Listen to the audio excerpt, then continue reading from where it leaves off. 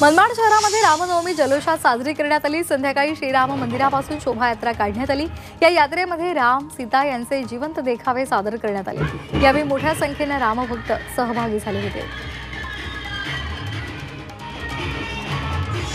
निफाडच्या पिंपळगावमध्ये रामनवमी निमित्तानं रामरथ मिरवणुकीचं आयोजन करण्यात आलं होतं। मिरवणुकीच्या मार्गावर विद्युत रोषणाई करण्यात आली होती।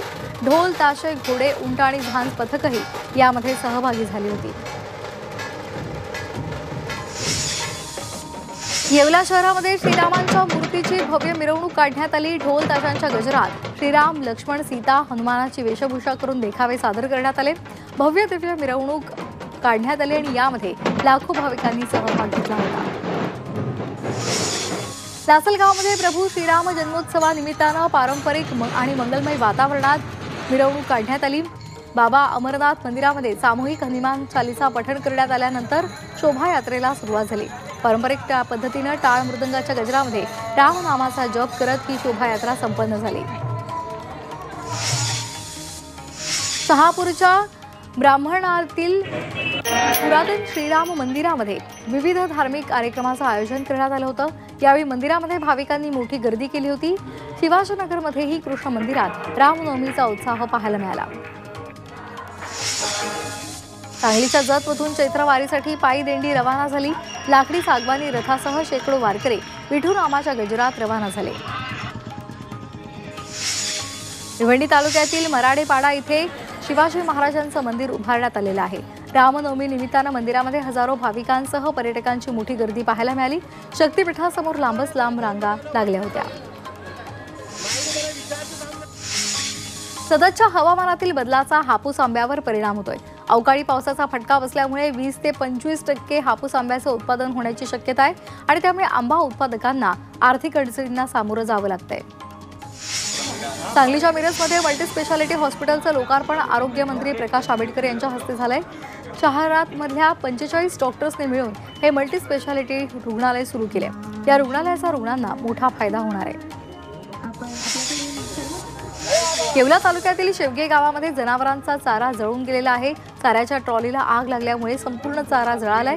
आगीमध्ये एक लिंबाचं झाडही जळून गेले। त्यामुळे शेतकऱ्याचं मोठ्या प्रमाणात आर्थिक नुकसान झालंय। कल्याण पोलीस ठाण्याच्या वतीनं फिरत्या पोलीस स्टेशनचा अनोखा उपक्रम पार पडलेला आहे। याद्वारे पोलिसांचं पथक गावोगावी जाऊन नागरिकांशी थेट संवाद साधत आहे। याद्वारे लोकांना नवीन कायद्याची माहिती, सुरक्षिततेसंदर्भात मार्गदर्शन आणि जनजागृतीसाठी विविध माहिती दिली जाते। तर नागरिकांच्या तक्रारी घेऊन घरोघरी जाऊन घेतल्या जात आहेत। उल्हासनगरच्या कॅम्प 3 परिसरामध्ये इमारतीचा सज्जा शेजारील घरावर कोसळला। यामध्ये 2 मुली किरकोळ जखमी झाल्यात। ही धोकादायक इमारत असून सुद्धा महापालिका याकडे दुर्लक्ष करत असल्याची तक्रार नागरिक करत आहेत। भाजपची स्थापना आमच्या समोर झाली अशी टीका संजय राऊतांनी केली आहे। शिवसेनेचा जन्म भाजपच्या आधी झाल्याचा दावा राऊतांनी केलाय। ज्यांनी भाजपची स्थापना केली ते आता तुरुंगात असल्याचा टोलाही राऊतांनी लगावलाय। ज्येष्ठ नेते एकनाथ खडसे यांनी मंत्री गिरीश महाजन यांच्या खासगी आयुष्यावर गंभीर आरोप केले। त्याला मंत्री गिरीश महाजन यांनी उत्तर दिलेलं आहे।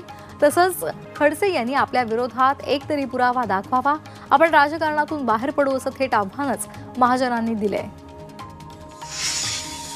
मुख्यमंत्री आणि उपमुख्यमंत्री यांचं काम उत्तम चाललेलं आहे। एकनाथ शिंदे महाराष्ट्राचे मुख्यमंत्री आणि मंत्री राहिलेले आहेत। उगीच कुणी महायुती सरकारमध्ये भांडण लावू नये असा टोला माजी केंद्रीय मंत्री नारायण राणे यांनी शिवसेनेचे खासदार धैर्यशील माने यांना लगावलाय। उपमुख्यमंत्री एकनाथ शिंदे हेच खरे जनतेच्या मनातले मुख्यमंत्री असल्याचं मानेंनी म्हटलं होतं। भाजप देशामध्ये धर्माचं विष पेरत असल्याचा आरोप उद्धव ठाकरेंनी केलाय। वक्फ बोर्ड जमिनीनंतर ख्रिश्चनांच्या जमिनींवर केंद्र सरकारचा डोळा असल्याचा आरोपही त्यांनी केलाय। वक्फ विधेयकावरून संजय राऊतांनी आरोप केलेला आहे। मुंबईतील वक्फच्या जमिनीवर उद्योगपतींची घरं आहेत असा आरोप त्यांनी केलाय। दरम्यान 2 लाख कोटींच्या जमिनी लाटण्यासाठी वक्फ विधेयक आणलं असंही त्यांनी म्हटलंय। मुस्लिम समाजाच्या जमिनीवर आता ख्रिश्चन समुदायाच्या जमिनी ताब्यात घेण्याचा केंद्र सरकारचा प्रयत्न असल्याचा आरोप आमदार जितेंद्र आव्हाड यांनी केलेला आहे। वक्फ म्हणजे दान केलेल्या जमिनी बाजारामध्ये आणून विकल्या जाणार असल्याचा सरकारचा इरादा आहे। जवळच्या उद्योगपतींसाठी सरकारचा हा डाव असल्याचा आरोप आव्हाडांनी केलाय। वक्फ सुधारणा विधेयक आता मुस्लिमांच्या हक्कांवर गदा आणत आहे.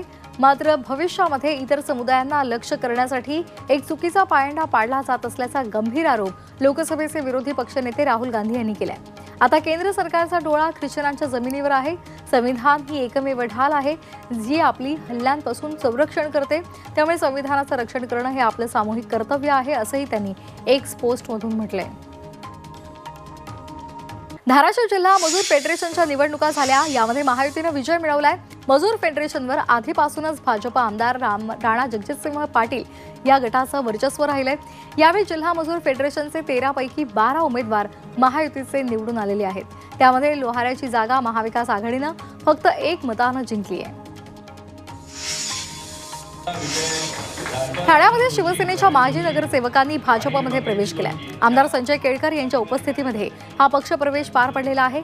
यावेळी येणाऱ्या काळात अनेक पक्षातील लोक भारतीय जनता पार्टीमध्ये येतील, असंही त्यांनी म्हटलंय. सांगलीमध्ये कृषी मंत्री माणिकराव कोकाटे यांच्या विरोधात स्वाभिमानी शेतकरी संघटनेनं आंदोलन केलं. कोकाटे यांच्या पुतळ्याचं दहन करत जोरदार घोषणाबाजी करण्यात आली. कोकाटे यांनी शेतकऱ्यांच्या बाबतीमध्ये केलेल्या वादग्रस्त विधानाचे सांगलीमध्ये पडसाद उमटले. अकोल्यामध्ये शेतकऱ्यांनी मंत्री माणिकराव कोकाटे यांच्या फोटोला चपला मारो आंदोलन केलेलं आहे. कोकाटे यांनी कर्जमाफीवरून वादग्रस्त विधान केलं होतं. त्यांच्या या विधानाचा निषेध करण्यात आला. शेतकऱ्यांनी जोरदार घोषणाबाजी केली. सांगलीमध्ये आरोग्यमंत्री प्रकाश आंबेडकरांनी आरोग्य सेवेवरून डॉक्टरांच्याच एका कार्यक्रमात डॉक्टरांचेच कान टोचलेत. अलीकडच्या काळात डॉक्टरांमधील सेवाभावी वृत्ती कमी होऊ लागली आहे. तसंच पुण्यातील मंगेशकर रुग्णालयामधील घटनेवरून सेवा की व्यवसाय हा महत्त्वाचा प्रश्न पडल्याचं सुद्धा मंत्री आंबेडकर यांनी म्हटलेलं आहे. भाजपच्या स्थापना दिनाच्या निमित्तानं विविध कार्यक्रमांचं आयोजन करण्यात आलं होतं. सोलापूर शहरामध्ये कार्यकर्ते आणि पदाधिकाऱ्यांसाठी LED स्क्रीनची व्यवस्था आहे. शेकडो भाजप कार्यकर्त्यांनी मुख्यमंत्री देवेंद्र फडणवीस त्यांनी मार्गदर्शन केलेलं आहे. केंद्रीय गृहमंत्री अमित शाह 3 दिवस जम्मूच्या दौऱ्यावर आहेत. त्या पार्श्वभूमीवर जम्मूमध्ये अलर्ट जारी करण्यात आलाय. पोलिसांचा मोठा फौजफाटा तैनात आहे. राष्ट्रपती द्रौपदी मुर्मू पोर्तुगाल आणि स्लोवाकियाच्या 4 दिवसांच्या राजकीय दौऱ्यावर आहेत. 3 दशकांमध्ये भारतीय राष्ट्रपतींचा हा पहिलाच दौरा आहे. राष्ट्रपती द्रौपदी मुर्मू 7 आणि 8 एप्रिलला पोर्तुगालच्या राजकीय दौऱ्यावर असतील आणि त्यानंतर 2 दिवस स्लोवाकियाच्या दौऱ्यावर असतील.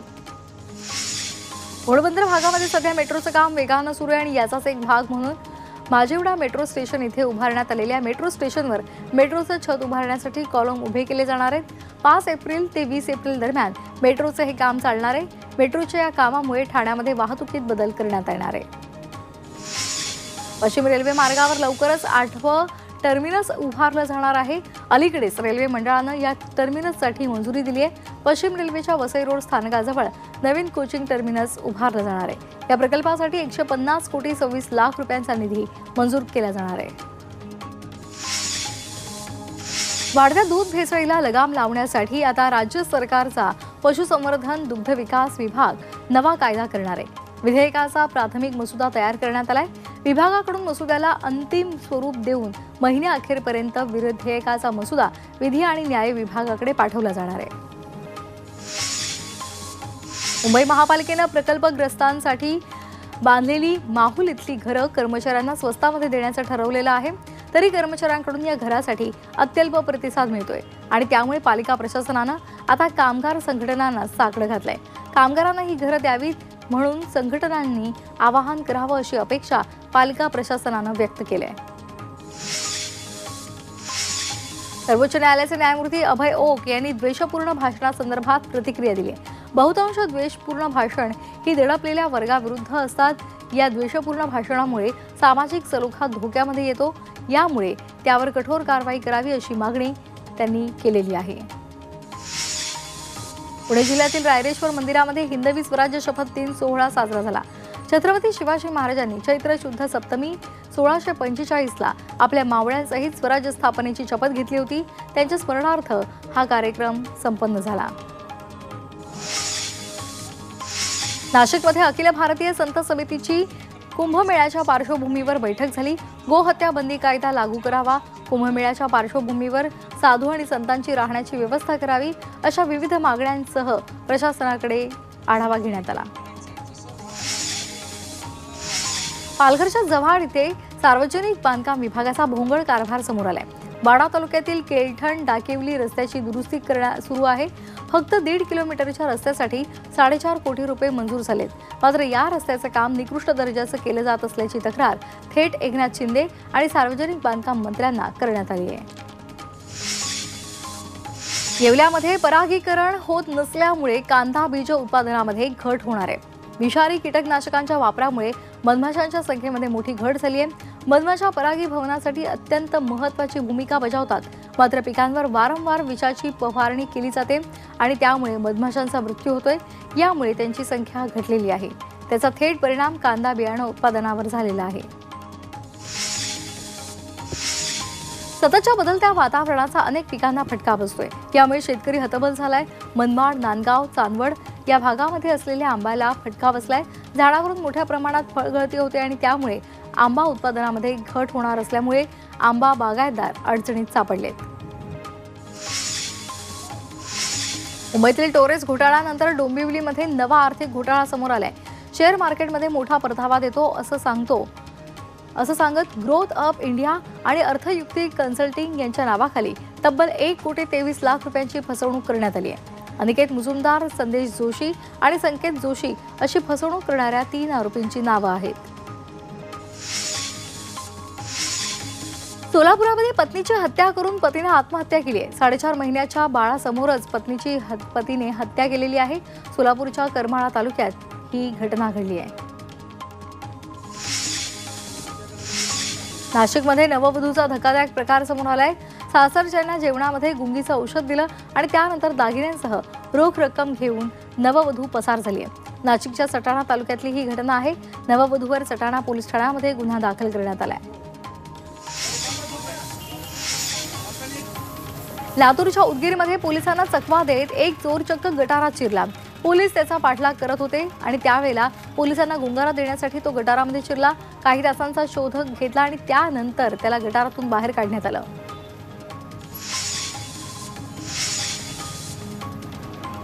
अकोला रेल्वे स्टेशनवरून चोरी करणाऱ्याला अटक करण्यात आलेली आहे। त्याच्याकडून 7 दुचाक्या जप्त करण्यात आल्यात। पोलिसांनी अधिक तपास केला असता त्या दुचाक्या वेगवेगळ्या ठिकाणी त्याने चोरलेल्या होत्या हे निष्पन्न झाले। कर्जतच्या पेब किल्ल्यावर अडकलेल्या 7 जणांची सुटका करण्यात आलेली आहे। रस्ता चुकल्यानं हे ट्रेकर्स अडकून पडले होते। नेरळ पोलीस स्थानिक बचाव पथकाचं रेस्क्यू ऑपरेशन राबवत 7 जणांना सुखरूप बाहेर काढलेलं आहे। तब्बल 9 तासांनंतर 7 ट्रेकर्सची सुटका करण्यात आली आहे। एका अपघातामध्ये मृत्यू झालेल्या पायलटच्या होणाऱ्या पत्नीचा काळीज पिळवटून टाकणारा व्हिडिओ व्हायरल झालाय। हरियाणाचे हवाई दलाचे फ्लाईट लेफ्टनंट सिद्धार्थ यादव यांचा विमान अपघातामध्ये मृत्यू झाला होता। त्यांचा पार्थिव पाहताच त्यांच्या होणाऱ्या बायकोनं हंबरडा फोडला। 10 दिवसांपूर्वीच त्यांचा साखरपुडा झाला होता। त्यांच्या जाण्यामुळे संपूर्ण गावावर शोककळा पसरली आहे।